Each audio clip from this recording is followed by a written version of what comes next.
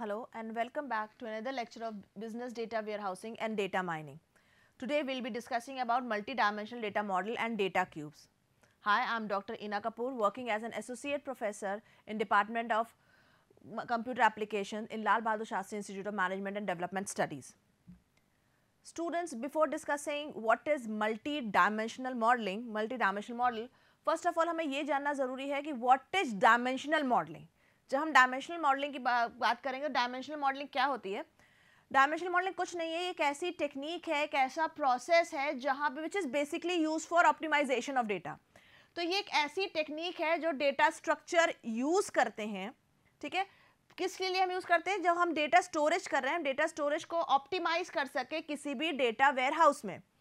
ये एक ऐसे what is the basic purpose of dimensional modeling? The basic purpose of dimensional modeling is just to optimize the database ताकि हमारा जो data हम एक्सेस कर रहे हैं वो फास्ट रिट्रीवल हो सके.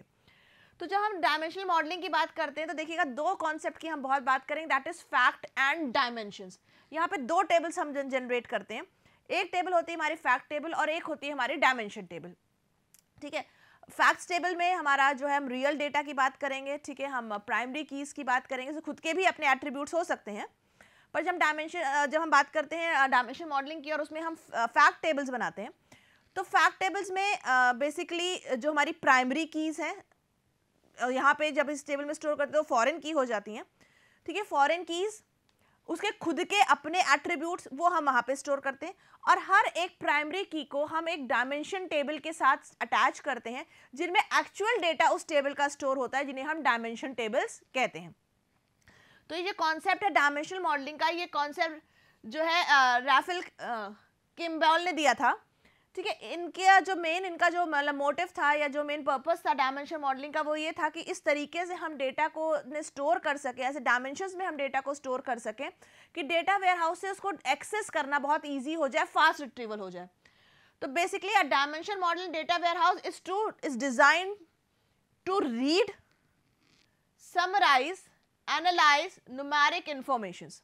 ठीक है, इंफॉर्मेशन को रीड करना, इंफॉर्मेशन को एनालाइज करना, इंफॉर्मेशन को समराइज फॉर्म में रिप्रेजेंट करना ताकि वो ईजिली मतलब complex information can be easily understood.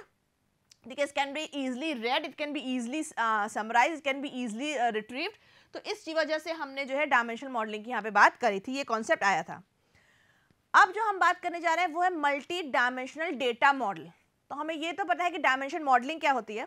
अब हम बात करेंगे मल्टी डायमेंशनल डेटा मॉडल क्या होता है.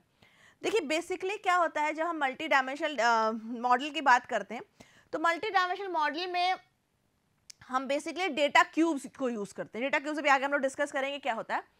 तो यहाँ पे मल्टी डायमेंशनल मॉडल में जो है we view data in the form of data cubes. ठीक है, डेटा क्यूब्स की जब हम बात कर रहे हैं, देखिए यहाँ पे हम डायमेंशन की बात कर रहे हैं, हम डेटा क्यूब्स की बात कर रहे हैं, यहाँ पे 3D रिप्रेजेंटेशन की हम बात करेंगे. तो मैंने आपको पहले ही बताया था कि यहाँ पे हम डायमेंशंस एंड फैक्ट्स बनाते हैं. ठीक है, हम डायमेंशन टेबल्स ड्रॉ करते हैं, क्रिएट करते हैं, हम जो है फैक्ट टेबल्स क्रिएट करते हैं. तो यहाँ पे basically this multi dimensional model data model is defined with the help of facts and dimensions. It is a method which is use for ordering data in the database. ठीक है, अब database में हम ऑर्डर कैसे करेंगे? Basically यहाँ पे data को हम इस तरीके से अरेंज करते हैं, डेटा को इस तरीके से असेंबल हम करते हैं कि वो बहुत ईजिली जो है 3D में रिप्रेजेंट हो जाए, बहुत ईजिली अंडरस्टूड हो जाए. ठीक है, तो basically this is a method which is use for ordering the data, which is use for arrangement of data, which is use for assembling of data. ठीक है, बहुत सारे मेथड्स होते हैं, भी आगे हम लोग पढ़ेंगे मल्टी डायमेंशन. जब पढ़ेंगे मल्टी डायमेंशन के बहुत सारे मेथड्स होते हैं. There are many methods to represent data in the data warehouse. ठीक है, बेसिक मकसद हमारा क्या है?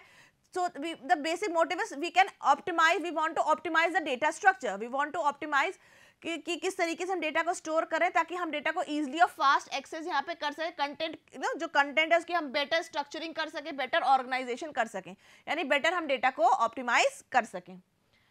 It is typically used in the organization for drawing. ठीक है, ड्रॉइंग आउट एनालिटिकल रिजल्ट्स. ठीक है, वैसे हम लोग कई बार डिस्कस कर चुके हैं. डेटा वेयर हाउस में जो इन्फॉर्मेशन होती है उसे रिट्रीव करते हैं, we are basically use for analytical processing. तो यहाँ पे हम बेसिकली किस लिए यूज़ करें कि इन्फॉर्मेशन जो हमारे पास स्टोर्ड है, डेटा जो हमारे पास स्टोर्ड है, उसको हम एनालिटिकल प्रोसेसिंग के लिए यूज़ कर सकें, रिपोर्ट जनरेट कर सकें.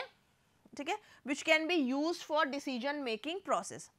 तो जब हम बात करेंगे मल्टी डायमेंशन की, तो मल्टी डायमेंशन एक इस तरह का टेक्निक है, इस तरह का डेटा रिप्रेजेंटेशन स्ट्रक्चर है, जहां डेटा को हम क्यूब्स के फॉर्म में, डेटा क्यूब्स के फॉर्म में रिप्रेजेंट करते हैं with the help of facts and dimension tables.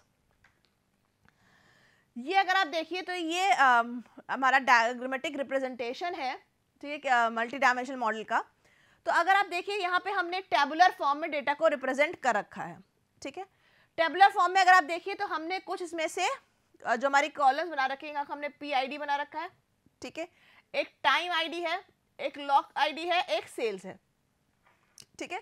यहाँ पे यानी हम सेल्स को रिप्रेजेंट कर रहे हैं, ठीक है। इसी डेटा को देखिए कॉम्प्लेक्स फॉर्म में डेटा, यहाँ पे अगर आप टेबुलर फॉर्म में देखिए तो डेटा को समझना हमारे लिए थोड़ा डिफिकल्ट है, क्योंकि वहाँ पे कॉम्प्लेक्स फॉर्म में डेटा रिप्रेजेंट किया हुआ है। इसी डेटा को जब 3D यानी में रिप्रेजेंट करेंगे या डेटा क्यूब्स में हम रिप्रेजेंट करेंगे तो उसका रिप्रेजेंटेशन कुछ इस तरीके से आएगा, जिसको हम मल्टी डायमेंशनल रिप्रेजेंटेशन कह रहे हैं, ठीक है। यहाँ पे जो डेटा हम रिप्रेजेंट करते हैं वो हम क्यूब्स में रिप्रेजेंट करते हैं। अब देखिए ये सेम सेट ऑफ डेटा है जो यहाँ पे हम रिप्रेजेंट करने की कोशिश कर रहे हैं।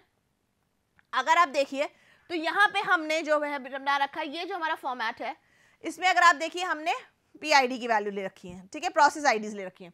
यहाँ पे अगर आप देखिए तो यहाँ पे हमने टाइम IDs ले रखी हैं। अगर आप प्रोसेस IDs की वैल्यू देखिए 11, 12, 13, ठीक है, 11, 12, 13 वैल्यू हमने रिप्रेजेंट कर रखी है। अगर आप टाइम की वैल्यू देखिए 1, 2, 3, 1, 2, 3 यहाँ पे हमने रिप्रेजेंट किया हुआ है, ठीक है।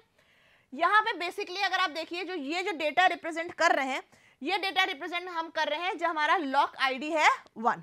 तो ये जो डेटा रिप्रेजेंटेशन है, ठीक है, यहाँ पे हम बात करें लॉक ID 1 के लिए, हम ये जो स्लाइस रिप्रेजेंट कर रहा है, ठीक है। अब अगर आप इसको देखिए तो यहाँ पे आप इजीली बता सकते हैं कि अगर आप वैल्यूज आप देखना शुरू करिए, अगर PID हमारा 11 है और टाइम हमारा 1 है और लॉक ID हमारा 1 है, तो सेल्स हमारा 25 है, ठीक है। ये चीज हम कहने की कोशिश करें, अगर इसको आप रिप्रेजेंट करिए, देखिए PID हमारा 11 है, ठीक, टाइम ID हमारा 1 है, लॉक ID हमारा 1 है, तो सेल्स हमारा आ रहा है 25, ठीक है। अगर सपोज मान लीजिए हम इस 20 को वैल्यू देखें, इस 20 को अगर आप सेल देखना है, सेल्स ये जो वैल्यूज रिप्रेजेंट कर रही है सेल्स वैल्यू रिप्रेजेंट कर रही है, ठीक है। अगर इस वैल्यू को आपको देखना है, मतलब 20 देखना है, तो आप कैसे देखेंगे? आपको पता है कि यहाँ PID 12 होगा, टाइम हमारा 2 है और लॉक ID 1 है, तो हमारी वैल्यू है 20, ठीक। तो ये जो है डेटा को इजीली अंडरस्टूड करने के लिए, डेटा को इजीली रिट्रीव करने के लिए इसको यहाँ पे हम यूज करते हैं। अब हम बात करेंगे what are the basic steps for building multi dimensional data model. अगर आप देखिए यहाँ पे कुछ स्टेप्स लिखे हुए हैं। फर्स्ट स्टेप अगर आप देखिए असेंबलिंग डेटा फ्रॉम क्लाइंट। जब डेटा को हमें रिप्रेजेंट करना है, सबसे पहले हमारे पास डेटा होना चाहिए, तो हम सबसे पहले क्या करेंगे, we'll assemble the data from the clients, we'll collect the data from the clients. उसके बाद हमारे पास डेटा आ गया है, तो जो हम करेंगे grouping different segment of the system, ठीक है। एक बार डेटा हमने असेंबल कर लिया, now what will do, will just group the different segments, जो हमारे सिस्टम के डिफरेंट सेगमेंट्स हैं, हम उनकी एक ग्रुपिंग करेंगे, ठीक है। उसके जब हम ग्रुपिंग कर रहे होंगे तो उसमें जो भी डिफरेंट प्रपोर्शंस है, हम उन डिफरेंट प्रपोर्शंस को नेम करेंगे। Will notice the different proportion and we are going to name them. तो हम क्या करेंगे, will noticing the different proportion. उसके बाद हम क्या करेंगे, हम एक्चुअल टाइम फैक्टर्स प्रिपेयर करेंगे और उनकी क्वालिटीज को यहाँ पे रिप्रेजेंट, रिस्पेक्टिव क्वालिटीज को यहाँ पे फाइंड आउट करेंगे, रिप्रेजेंट करेंगे। यानी what we are going to do, we are just going to prepare the actual time factors and their respective जो भी हमारी क्वालिटीज होंगी, ठीक है।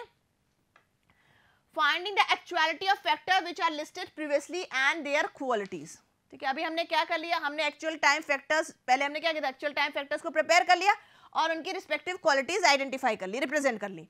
अब हम क्या कर रहे हैं, एक्चुअलिटी जो की बात हम करेंगे। एक्चुअलिटी जो हमारे फैक्टर्स हैं, हम उन फैक्टर्स को हमने अभी प्रिपेयर किया था, हमने अब उन फैक्टर्स को फाइंड कर लिया है और अब उनकी क्वालिटीज को, previously known qualities, current qualities, ठीक है, उनकी क्वालिटीज को यहाँ पे हम फाइंड आउट कर रहे हैं। नेक्स्ट क्या करें, now we are going to build the schema, ठीक है। अभी आगे हम लोग स्कीमा भी डिस्कस करेंगे। स्कीमा क्या होता है, basically use for data representation. तो यहाँ पे हम क्या करेंगे, यहाँ पे डेटा वेयर हाउस को रिप्रेजेंट करने के लिए हम स्कीमा बिल्ड करेंगे। उस स्कीमा में हम डेटा को, एक्चुअल डेटा को प्लेस करेंगे with respect to the information that is collected from above steps, ठीक है। तो यहाँ पे आप प्रैक्टिकली एक्चुअली में हम डेटा का एक स्ट्रक्चर ड्रॉ करेंगे, डेटा को रिप्रेजेंटेशन यहाँ पे करना शुरू करेंगे, और उसमें हम जो भी रिप्रेजेंटेशन है, जो भी स्ट्रक्चर है, उसमें हम यहाँ पे डेटा को प्लेस करेंगे, वो डेटा प्लेस करेंगे जो हमने जो स्टेप्स है उनसे डेटा को कलेक्ट किया हुआ है।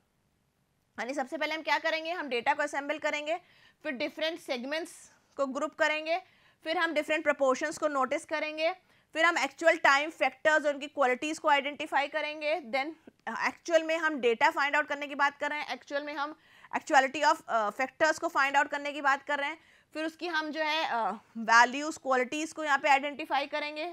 जब हमारे पास डेटा आ जाएगा, उस डेटा को स्कीमा जो हमने बिल्ड किया है उस स्कीमा में डेटा को यहाँ पे हम प्लेस करेंगे।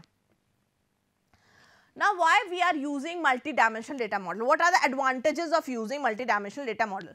तो सबसे पहला एडवांटेज अगर आप देखिए, a multi-dimensional data model is easy to handle.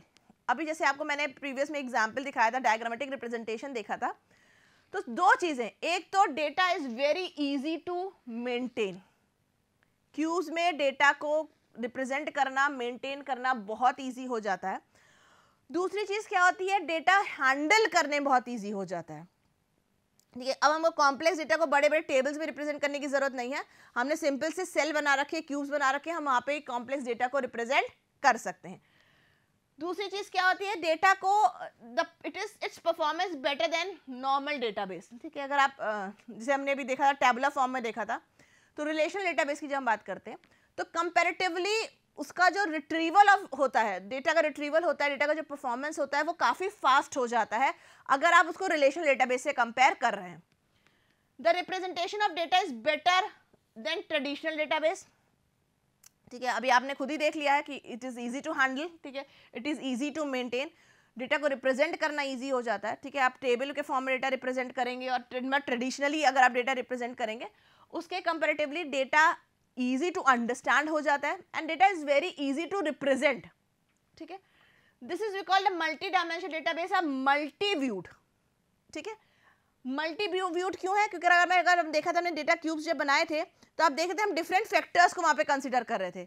हमने पीआईडी भी कंसीडर किया था, हमने टाइम आईडी भी कंसीडर किया था, ठीक है, हमने लॉक आईडी भी कंसीडर किया था जब हम सेल्स की बात कर रहे थे। तो क्या होता है कि यहाँ पे जब डेटा को हम रिप्रेजेंट करते हैं तो डेटा को हम मल्टी डायमेंशंस में रिप्रेजेंट कर सकते हैं। तो डेटा को जब मल्टी डायमेंशन में रिप्रेजेंट करते हैं तो डेटा का रिप्रेजेंटेशन तो एक तो बहुत ईजी हो जाता है, दूसरा उसको व्यू करना, क्योंकि मल्टी व्यू है तो वो हमारे लिए बहुत आसान हो जाता है। It is workable on complex system. ठीक है, कॉम्प्लेक्स सिस्टम के लिए या कॉम्प्लेक्स डेटा की हम बात कर रहे हैं, वहाँ पे कॉम्प्लेक्स एप्लीकेशंस के लिए, कॉम्प्लेक्स सिस्टम्स के लिए ये मल्टी डायमेंशनल डेटा मॉडल बहुत ईजी हो जाता है if we are comparing it with one simple one dimensional systems. ठीक है, the compatibility in this type of database is an upliftment for projects having lower bandwidth for maintenance stuff. ठीक है, उन complex applications के लिए बहुत compatible है जहाँ पे हमारा लोअर बैंडविड्थ हैं, उनकी मेंटेनेंस हमारे लिए सिस्टम्स के लिए इजी हो जाती है। तो ये कुछ एडवांटेजेस हैं जिस एडवांटेजेस की वजह से हम मल्टी डायमेंशनल मॉडल को यूज़ करते हैं। वेयर इसके कुछ डिसएडवांटेजेस भी हैं। सबसे पहला डिसएडवांटेज देखिए, the multi dimensional data model slightly complicated. ठीक है, स्लाइटली कॉम्प्लिकेटेड क्या हो जाता है, क्योंकि कई बार क्या होता है, देखिए ट्रेडिशनल में डेटा को आप बहुत आसानी से रिप्रेजेंट कर लेते हैं, यहाँ पे भी इजी है, पर यहाँ पे जो प्रोफेशनल्स हैं उनके लिए इजी, कई बार आपको डेटा को एग्जामिन करना, डेटा को रिकॉग्नाइज करना, प्रोफेशनल्स की हमें ज़रूरत पड़ती है उसको करने के लिए, क्योंकि वो बिट कॉम्प्लेक्स हो जाता है। During the work of multi-dimensional data model, when the system cache, there is great effort of working on the system. ठीक है, आपको जब आप डेटा मॉडल की बात करते हैं तो जब सिस्टम कैशे की बात करते हैं तो कई बार आपके लिए क्या हो जाता है कि you require to put in more efforts, you require to put in more great efforts for working on this system. It is complicated in nature due to which database are generally, ठीक है, जब generally dynamic in design, तो ये जब हम बात करते हैं मल्टी डायमेंशनल की तो कई बार ये थोड़ा सा कॉम्प्लिकेटेड हो जाता है। ठीक है, स्पेशली जब आप डायनेमिक डिज़ाइन की बात कर रहे हैं, the part two achieving the end product is complicated.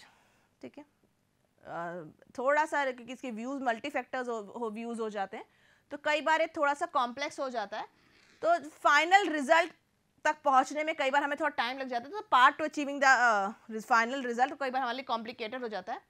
As a multi-dimensional data model has complicated system, database has a large number of database due to which the system is very insecure when there is a security break.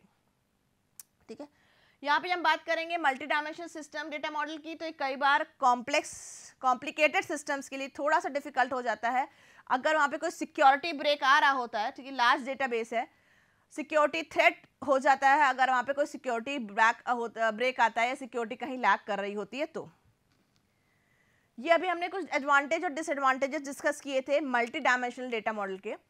जब multi dimensional data model discuss कर रहे थे तो हमने आपको बताया था कि मल्टी डायमेंशनल डेटा मॉडल को हम डेटा क्यूब्स के फॉर्म में डेटा को रिप्रेजेंट करते हैं. अब बात करेंगे कि डेटा क्यूब्स क्या होते हैं. ठीक है, जैसे हम लोग पहले भी डिस्कस कर चुके हैं, फैक्ट्स टेबल बनाते हैं, हम डायमेंशन टेबल्स बनाते हैं, डेटा क्यूब्स में हम वही बात करेंगे. तो बेसिकली डेटा क्यूब्स में जब हम 3D में डेटा को रिप्रेजेंट करते हैं तो data cube is the grouping of data in multi dimensional matrix. जैसे भी आपने एक डायग्रामेटिक रिप्रेजेंटेशन देखा था तो वो डेटा क्यूब था. तो हम यहाँ पे मल्टी डायमेंशनल मैट्रिक्स के फॉर्म में जब डेटा को ग्रुप करते हैं तो वो जो रिप्रेजेंटेशन आता है उसको हम डेटा क्यूब्स कहते हैं. सी डेटा इज ग्रुप्ड और कंबाइंड इन मल्टी डायमेंशंस. ठीक है, उसमें भी अगर आप देखा हो तो मल्टीपल डायमेंशंस की यहाँ पे हम लोग बात कर रहे थे. The data cube method has a few alternative names. क्या क्या नेम्स होते हैं? अगर एक नेम आपने बहुत कॉमन सुना होगा, OLAP. ये नेम हम लोग बहुत सुनते हैं. ऑनलाइन एनालिटिकल प्रोसेसिंग, ये लास्ट लेक्चर में भी हम लोगों ने डिस्कस किया था. इसको हम मल्टी डायमेंशनल डेटाबेस भी कहते हैं, मटेरियलाइज्ड व्यू भी कहते हैं, OLAP भी कहते हैं. डिफरेंट नेम से हम इसको यहाँ पे रिप्रेजेंट कर सकते हैं. The general idea of this approach is to materialize certain expensive computation that are frequently inquired. इसका बेसिक मतलब क्या है कि कई बार जो डेटा हमको बार बार ज़रूरत पड़ती है उस डेटा को यहाँ पे हम एक मल्टी डायमेंशनल व्यू में रिप्रेजेंट कर देते हैं ताकि उस डेटा को हम इजीली रिट्रीव कर सकें, फास्ट रिट्रीवल के लिए इसको हम यूज़ कर सकें. In data warehousing we generally deal with various multi dimensional data models. क्यों? क्योंकि आप मल्टी एट्रीब्यूट्स डेटा को रिप्रेजेंट करेंगे, मल्टी डायमेंशनल डेटा को यहाँ पे हम डेटा वेयर हाउस में रिप्रेजेंट करते हैं, तो हमें मल्टी डायमेंशनल डेटा मॉडल्स की ज़रूरत पड़ती है उस मल्टी डायमेंशनल डेटा को रिप्रेजेंट करने के लिए. तो जब मल्टी डायमेंशनल डेटा होता है उसको हम डेटा क्यूब में क्यूब्स के फॉर्म में यहाँ पे रिप्रेजेंट करते हैं. ठीक है, मतलब एक हाई डायमेंशनल सिस्टम है जिसमें हम फैक्ट्स टेबल्स बना रहे हैं, हम डायमेंशंस बना रहे हैं. तो मल्टी डायमेंशनल डेटा को रिप्रेजेंट करने के लिए हम मल्टीपल क्यूब्स में उस डेटा को रिप्रेजेंट करते हैं. ठीक है, The data cube pictorially show how different attributes of data is arranged. ठीक है, किसी भी डेटा मॉडल में, डेटा वेयरहाउस में आप डेटा को, मल्टी डायमेंशनल डेटा को किस तरीके से, डिफरेंट एट्रीब्यूट्स को किस तरीके से रिप्रेजेंट करेंगे, उसका जो पिक्टोरिकल रिप्रेजेंटेशन होता है उसे हम डेटा क्यूब्स कहते हैं. डेटा क्यूब्स दो कैटेगरीज में क्लासीफाई होता है. पहला होता है मल्टी डायमेंशनल डेटा क्यूब्स और दूसरा हमारा होता है relational data cubes. Multi dimensional data cubes में बेसिकली हम यहाँ पे डेटा को स्टोर करते हैं, लार्ज अमाउंट ऑफ डेटा को स्टोर करते हैं, making use of multi dimensional arrays. ठीक है, multi dimensional array is collection of similar type of objects, similar type of items. तो यहाँ पे बेसिकली हम क्या करते हैं, लार्ज अमाउंट ऑफ डेटा को जब हम with the help of multi dimensional array represent करते हैं तो उस तरह के रिप्रेजेंटेशन को हम मल्टी डायमेंशनल डेटा क्यूब्स कहते हैं. ठीक है, इसे बेसिकली हम इंडेक्सिंग करते हैं.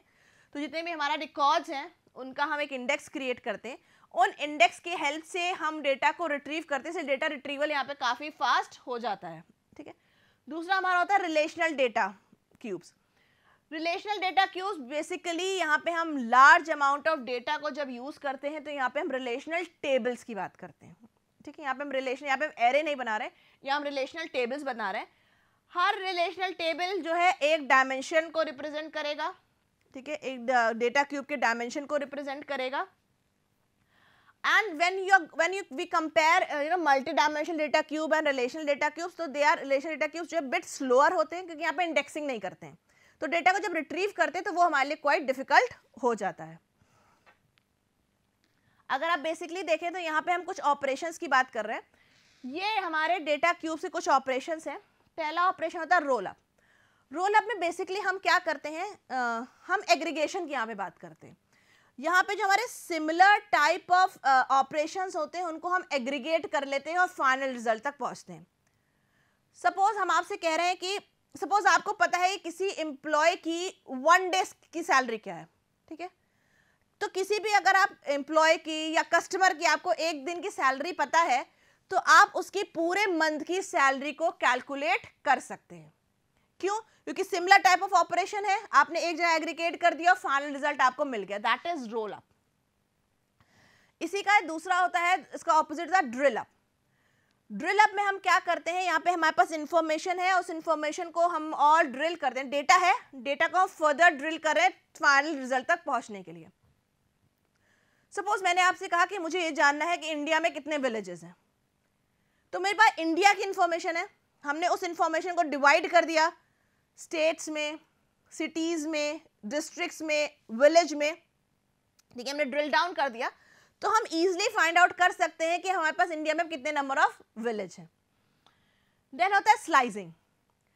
स्लाइसिंग में हम क्या करते हैं, नाम सजेस्ट कर रहा है, इंफॉर्मेशन को हम स्लाइस कर देते हैं, यानी अननेसेसरी जो भी इंफॉर्मेशन है उन पोर्शंस को हम यहाँ पे स्लाइस करके अलग हटा देते हैं, तो हमको उतनी ही इंफॉर्मेशन मिलती है जितनी इंफॉर्मेशन की हमने रिक्वेस्ट करी है।